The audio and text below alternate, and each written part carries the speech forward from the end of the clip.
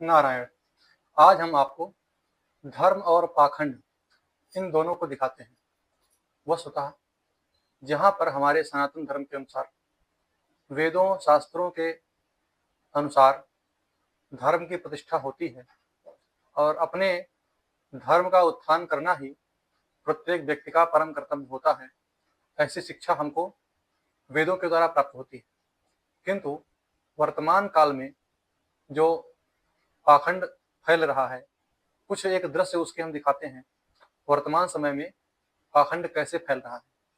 यहाँ पर कुछ लोग श्रीमद् भागवत कथा के नाम पर किस प्रकार से जनता को मूर्ख बनाते हैं और श्रीमद् भागवत जो कि परमहंसों की संहिता कही जाती है, उस परमहंस की संहिता को यह मंदबुद्धि दुष्ट लोग, अधर्मी लोग किस प्रकार से अपमानित कर रहे हैं, ये बताइए।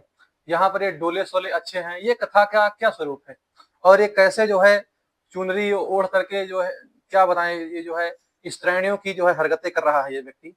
जो तुमसे दिल की बात काटे नहीं कटते। ये किस कथा में लिखा हुआ है, ये किस भागवत का ये अंश है, ये कोई बता सकता है क्या? दिन रात कहनी थी जो तुमसे दिल की बात, लो मैं आज कहती हूँ।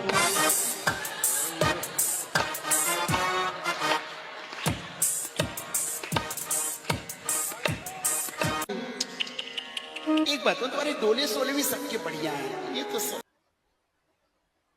इस प्रकार इसके और भी दृश्य कुछ समाज में प्रकाशित हुए हैं। इस एक दृश्य को और देखिए।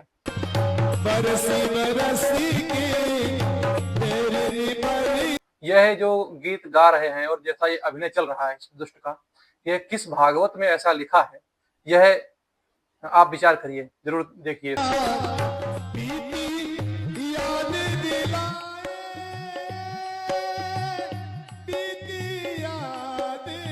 श्रीमद् भागवत की कथा के समय ऐसा अभिनय करने का और इस प्रकार की प्रपंच, ये तो इससे तो अच्छा तो ये है कि ये किसी वैश्यालय में चला जाता, वहां जाकर के इस प्रकार का करता।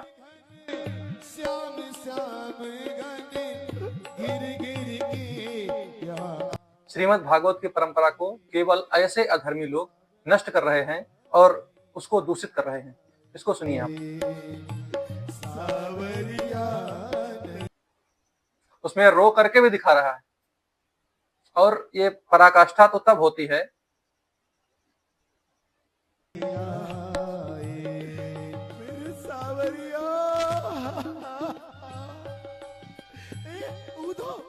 बात बताओ, मैं तो उसको बहुत याद करती हूँ। इन दर्शकों को आप देख रहे हैं, यह दर्शक भी ऐसे ही हैं, इसी प्रकार के कर्तव्यों को करने के लिए इसको बुलाया गया है। दर्शक भी इसका विरोध नहीं कर सकते। बहुत ही दुख का विषय तो यह है। आप इसको देखें।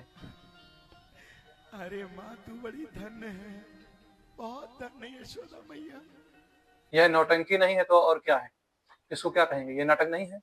इससे बड़ा नौटंकी तो कुछ हो ही नहीं सकती। ये दूषण नहीं तो और क्या है? ऐसे ही लोग समाज को भ्रष्ट कर रहे हैं, ऐसे ही दुष्ट समाज को नष्ट कर रहे हैं।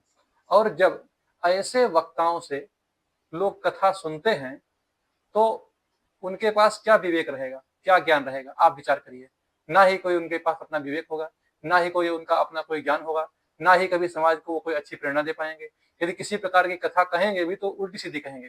जैसे आप सुनिए, एक ये श्रोता हैं, इन्होंने भी कहीं से कथा सुनी होगी, शायद ऐसे ही जैसे वक्ताओं का अभी आपने दृश्य देखा, ऐसे का ही आपने इन्होंने भी अनुकरण किया होगा।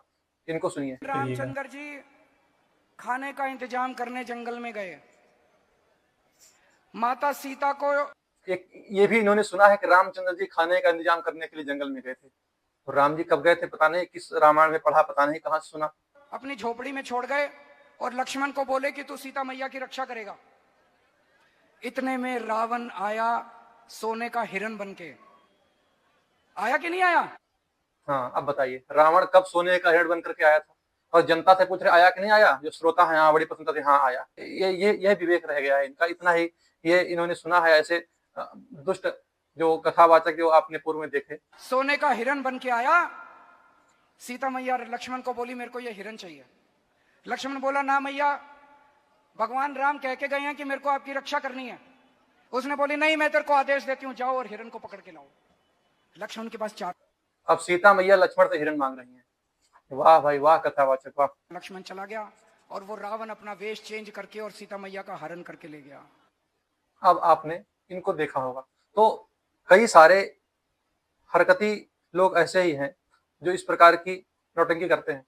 यह एक प्रकार से विधर्मी जो धर्म को नष्ट कर रहे हैं, ऐसे ही धूर्त लोग हैं, इनसे सावधान रहने की आवश्यकता है। नारायण।